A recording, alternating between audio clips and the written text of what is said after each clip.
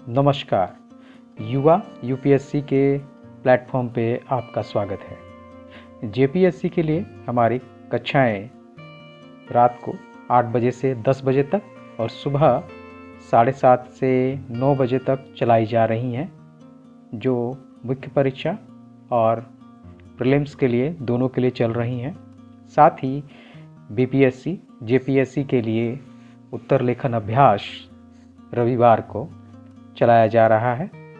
यह प्रोग्राम हिंदी और इंग्लिश दोनों भाषाओं में चल रहे हैं। अगर आप इच्छुक हैं तो इसमें शामिल हो सकते हैं। आइए अब आते हैं हम लोग अपने टू द पॉइंट के विषय पर।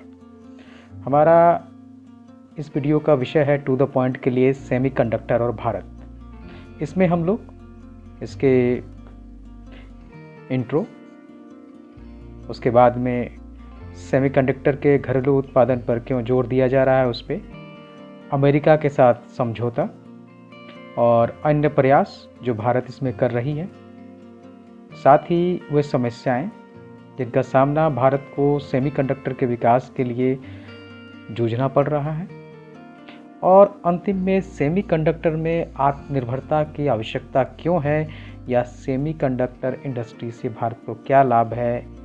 इन टॉपिक्स पर टू द पॉइंट का ये वीडियो फोकस है। तो आइए शुरुआत करते हैं। सेमीकंडक्टर और भारत। कुछ साल पहले तक भारत इलेक्ट्रॉनिक्स आयात पर अत्यधिक निर्भर था। आज भारत में $16 बिलियन के निर्यात के साथ $76 बिलियन के इलेक्ट्रॉनिक्स विनिर्माण अर्थव्यवस्था है। सेमीकंडक्टर को न्यू ऑयल कहा जा रहा है। भारत डिजिटलाइजेशन के हाईवे पर दौड़ रहा है, लेकिन इसके लिए जरूरी ऑयल अर्थात सेमीकंडक्टर बाहर से मंगाया जाता है। अब भारत का अगला उद्देश्य एक मजबूत सेमीकंडक्टर मैन्युफैक्चरिंग इकोसिस्टम का निर्माण करना है। इसी कड़ी में भारत की पहली सेमीकंडक्टर फैब्रिकेशन यूनिट की घोषणा आने वाले सप्ताहों में होने जा रही है। आइए देखते हैं सेमीकंडक्टर के घरेलू उत्पादन पर आखिर सरकार किस तरह से काम कर रही है। सेमीकंडक्टर फैब एक विनिर्माण संयंत्र होता है जिसमें रॉ सिलिकॉन फाइबर्स को इंटीग्रेटेड सर्किट में बदला जाता है। फिलहाल भारत में 2 तरह से सेमीकंडक्टर प्लांट लगेंगे, सिलिकॉन फैब यूनिट और compound semiconductor plant. Silicon fab plant बनने में 3-4 साल लगेंगे, लेकिन कंपाउंड सेमीकंडक्टर प्लांट तो 1 साल में तैयार हो सकते हैं। दरअसल सेमीकंडक्टरों के घरेलू उत्पादन पर भारत सरकार का ध्यान देने का एक प्रमुख कारण है कोविड-19 के बाद इसकी आपूर्ति में व्यवधान आना। इस व्यवधान का असर ऑटोमोबाइल और इलेक्ट्रॉनिक्स उद्योग पर काफ़ी पड़ा। केंद्र सरकार इसीलिए सेमीकंडक्टर के विनिर्माण को वर्तमान में प्रोत्साहित करने पर ध्यान केंद्रित कर रही है, जिसके चलते ये उम्मीद की जा रही है कि आने वाले 3 से 4 साल में भारत एक बेहतरीन सेमीकंडक्टर उद्योग का केंद्र बन जाएगा। आइए देखते हैं अब तक इसमें भारत सरकार कहां तक प्रगति की है।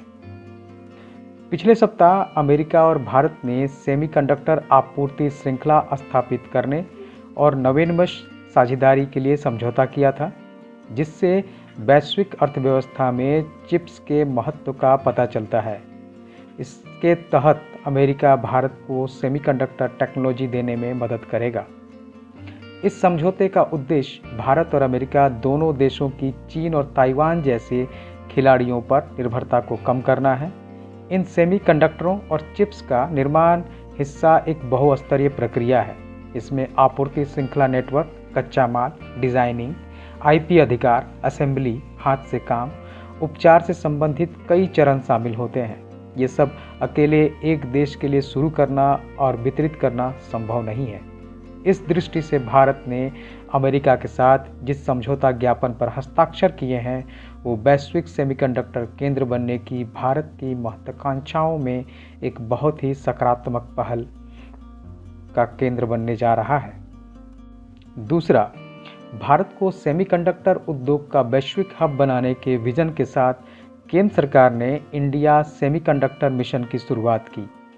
इंडिया सेमीकंडक्टर मिशन के तहत पिछले साल इजराइल के ISMC एनालॉग फैब ने सेमीकंडक्टर चिप बनाने वाला संयंत्र स्थापित करने के लिए कर्नाटक में $3 बिलियन का निवेश करने की घोषणा की थी।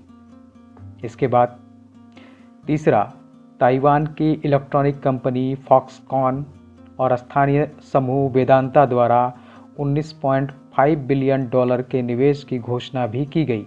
दोनों कंपनियों की भारत में चिप्स बनाने के लिए मैन्युफैक्चरिंग फैसिलिटी लगाने की योजना है।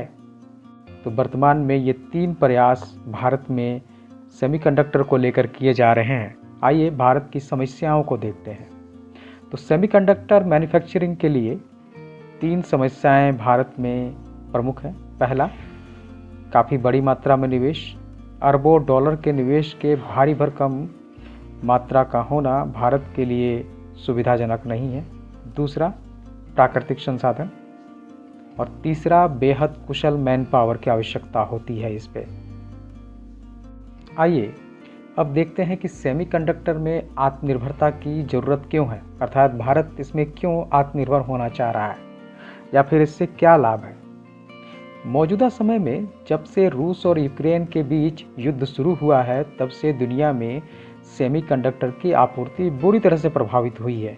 इस आपूर्ति के बाधित होने का सबसे बड़ा असर ऑटोमोबाइल इंडस्ट्री पर पड़ा है। भारत में तेज डिजिटलाइजेशन का दौर है, लिहाजा माइक्रोचिप्स की मांग भी तूफानी रफ्तार से बढ़ रही है। आज तकनीक की दुनिया में लगभग सब कुछ इलेक्ट्रॉनिक उपकरण के इर्द गिर्द घूमता है। ऐसे में माइक्रोचिप्स वर्तमान के भारत के औद्योगिकरण के लिए फ्यूल का काम कर सकते हैं। भारत की क्षमता का प्रयोग। भारत के इंजीनियर इंटेल, TSMC और माइक्रॉन जैसी दिग्गज चिप कंपनियों के लिए चिप डिज़ाइन करते हैं। सेमीकंडक्टर प्रोडक्ट की पैकेजिंग और टेस्टिंग भी करते हैं, लेकिन चिप बनाए जाते हैं अमेरिका, ताइवान, चीन और यूरोपीय देशों में। भारत अपने इस मानव संसाधन क्षमता का प्रयोग कर सकता है। एक और महत्वपूर्ण कारण है आयात बिल में कमी और निर्यात से आय। भारत में अर्धचालकों की खपत वर्ष 2026 तक $80 बिलियन और वर्ष 2030 तक $110 बिलियन को पार करने की उम्मीद है। भारत इस खर्च को खत्म कर सकता है। साथ ही सेमीकंडक्टर की वैश्विक मांग को देखते हुए निर्यात से आय भी कर सकता है। माइक्रोचिप की बढ़ती अहमियत और इसको कमी को देखते हुए पूरी दुनिया में इस वक्त ग्लोबल चिप कंपनियों को इंसेंटिव देने की होड़ मची हुई है। दुनिया में कुछ ही देश हैं जो इस चिप का निर्माण करते हैं। भारत कोविड जैसी दुविधापूर्ण स्थिति से फिर गुजरना नहीं चाहेगा। साथ ही रणनीतिक तौर पर भी भारत सेमीकंडक्टर के उत्पादन के साथ अपनी सुरक्षा सुनिश्चित करना जरूर चाहेगा।